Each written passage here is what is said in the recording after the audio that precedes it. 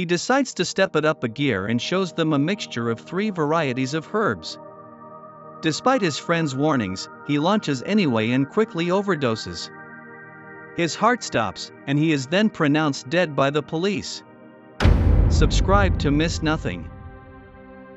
The story traces the eventful life of 3 teenagers, united in a daily life of galleys and wanderings. JR, one of the protagonists, recounts his journey, made of camaraderie and drifts, surrounded by 4 close friends. As soon as they meet, his friends introduce him to weed, a drug that quickly becomes an addiction for him. This introduction to the drug seals an indissoluble bond between them, and they become inseparable.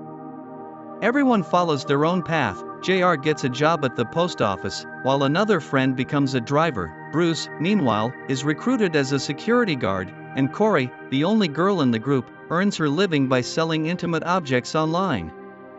The 4 of them share a shared apartment, their lives intertwined between friendships and excesses. One evening, they all meet together in their accommodation, and Bruce, always looking for new sensations, presents them with a rare variety of cannabis called biblica. This herb attracts their curiosity, and the night turns into a smoking festival where young people let themselves be carried away by hallucinogenic vapors. The hours pass by, and the laughter bursts out. Caught up in this euphoria, Bruce decides to take it to the next level and reveals to them a formidable mixture nicknamed the Holy Trinity, a powerful cocktail of 3 varieties of herbs. The more cautious Cori warns them, but the carefree Bruce ignores her warnings and ends up overdosing. His heart gives out, and he succumbs before help arrives. The police note his death, marking the group forever. The owner of the apartment then orders them to leave the premises within 24 hours. Just before he died, Bruce had expressed the wish to be buried in New Jersey. The 3 surviving friends try to respect this last wish, but they face the harsh financial reality. The repatriation of the body requires $40,000, an amount that they must raise within 14 days to prevent the body from being cremated, for lack of family to take care of it.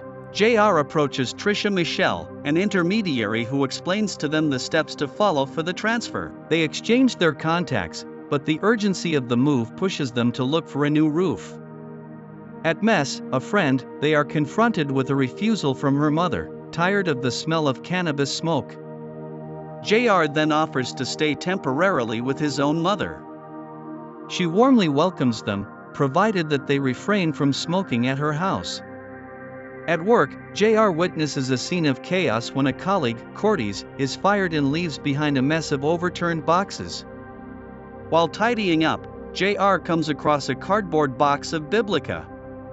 He discreetly brings the drug home and suggests to his friends to sell it to raise the money needed for Bruce's funeral and their new home. All agree on the plan, and they discreetly launch an anonymous online sale, their product quickly becoming popular.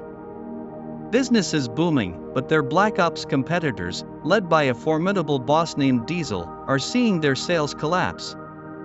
When a client tries in vain to get biblica from Diesel, the latter organizes a crisis meeting, furious to see his empire falter. For his part, JR tries to remain cautious.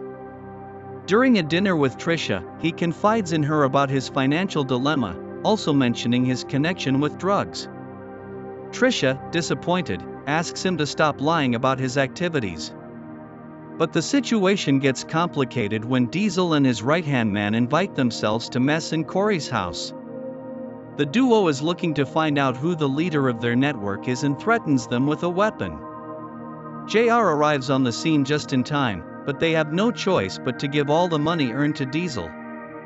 Determined, JR returns to the post office to find more biblica. Thanks to his refined sense of smell, he manages to find 3 more boxes. Meanwhile, a certain Mr. Shadow, supplier of the biblica, notices that some of his packages no longer reach their destination. Shadow quickly makes the connection with JR and decides to keep a close eye on him. One day, while JR is with Trisha, his phone rings and, while trying to answer quickly, he lets slip clues about his illicit affairs. Trisha, furious at having been deceived, confronts him and walks away from him, hurt by his lies. To add to the complications, Mr. Shadow arrives at the post office, determined to understand why his parcels disappear. Outside the office, JR feels a palpable tension and, in a cautious way, receives Shadow's business card, the latter asking him to call him if he finds anything. Aware of the danger that looms, the friends take stock of their sales and realize that they are still $7,000 from the goal. They then turn to Frankie, a big customer, for a mass purchase. Thanks to this sale, they finally manage to raise the necessary amount. JR is about to hand over the money to Diesel, but just before, the police intervene and arrest them. The authorities offer them a possibility of release. If they cooperate to trap Shadow, they could avoid prison.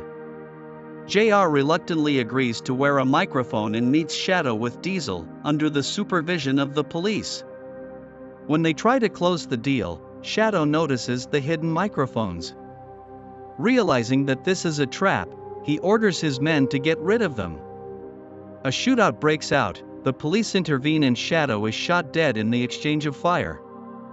Having returned home, JR hopes to find Trisha to explain the situation to him, but discovers that she has left, leaving a video message.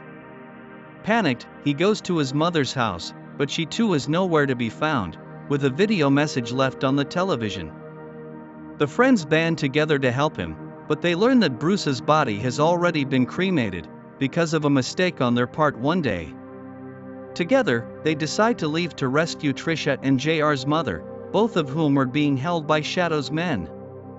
Arriving at the kidnappers' hiding place, Mess distracts the guards while JR infiltrates and Cori discreetly neutralizes the security.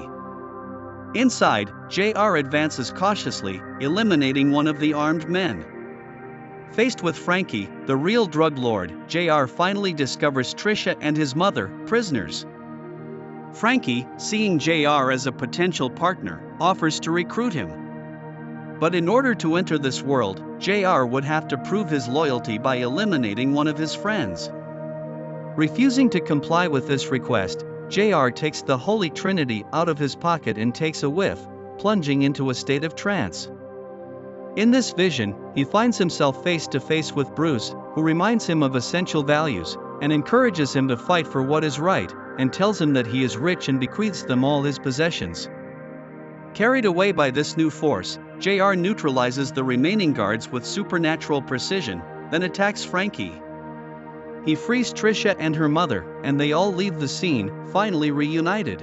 Freed from debts and the weight of Bruce's death, the friends decide to buy Black Ops from Diesel and turn their activity into a legal business. JR, with this new chance, takes the road to find his father, firmly determined to build a future on more solid foundations. This is how the film ends, on a note of hope and renewal.